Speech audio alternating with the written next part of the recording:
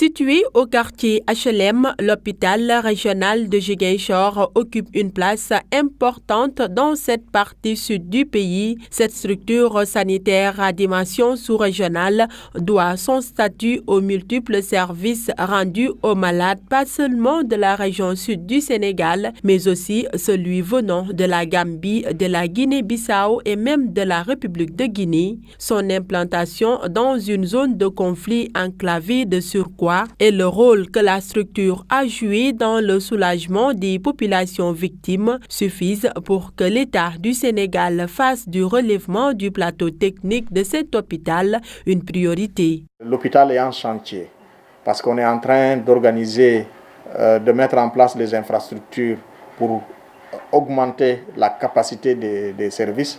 Nous sommes en train de construire par exemple le service de neurologie, de dermatologie et d'ORL.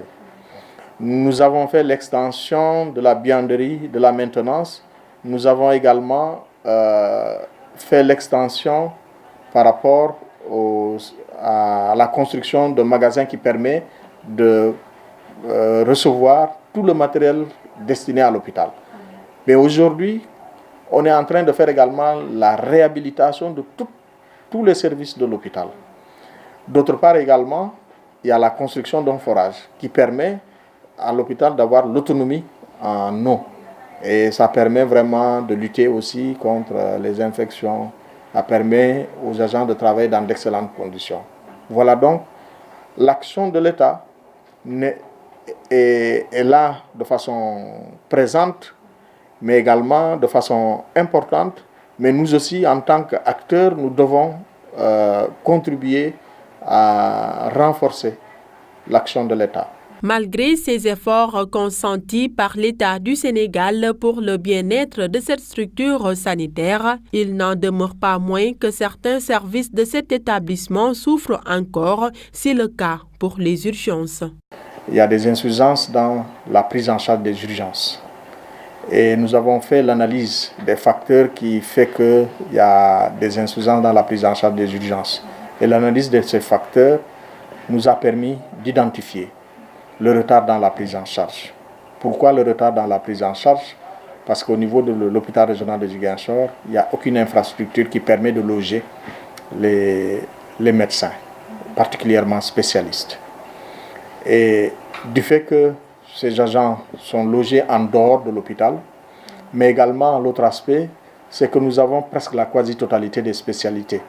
Mais malheureusement, sur la base de la quasi-totalité de ces spécialités, nous avons dans chaque spécialité un seul spécialiste. Contexte qui ne nous permet pas de mettre ces spécialistes en situation de garde.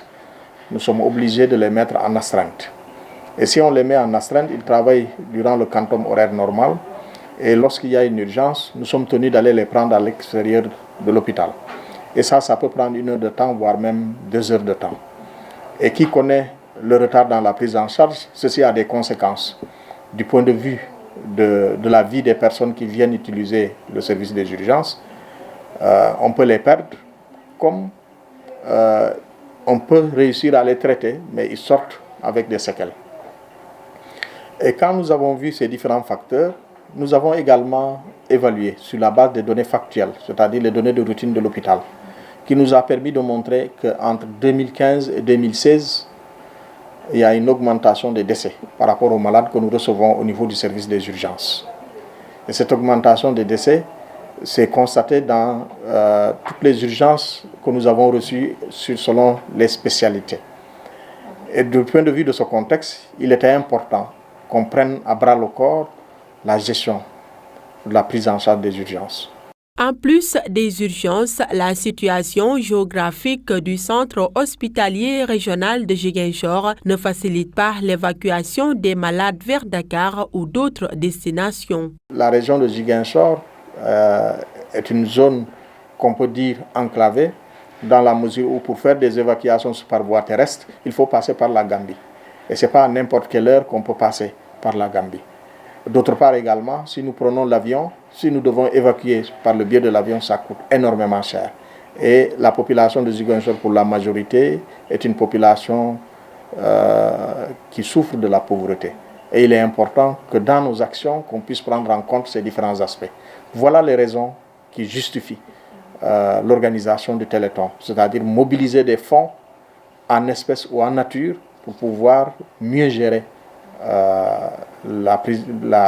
les urgences au niveau de l'hôpital régional de Ziguinchor. Loin de se résigner, l'administration de cette structure sanitaire a décidé de faire bloc avec les populations locales pour trouver une solution à ces préoccupations, d'où l'organisation d'un téléthon le 2 juin à Dakar, l'objectif étant de récolter la somme d'au moins 800 millions de francs CFA.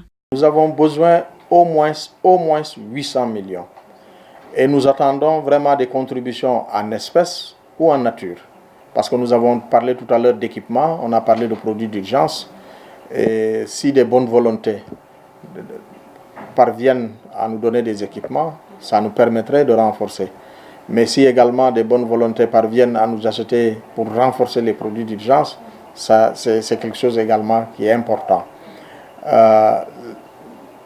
Pour pouvoir donner ces contributions, nous avons ouvert 2 comptes bancaires.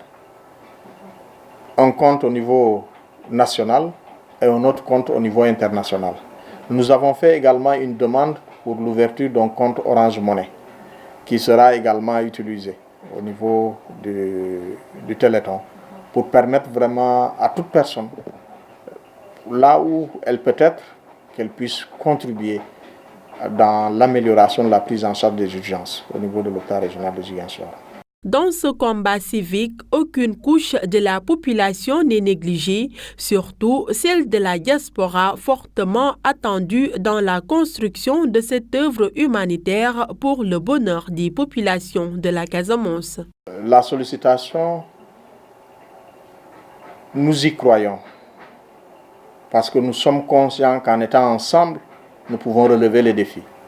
Et ensemble, c'est la communauté au niveau national et au niveau international. Mais c'est également l'accompagnement des autorités pour la mise en œuvre de ce Téléthon. Et lorsque ce Téléthon arrivera à son terme, ça nous permettra de sauver des vies. Et sauver des vies, c'est permettre à la population d'être dans d'excellentes conditions.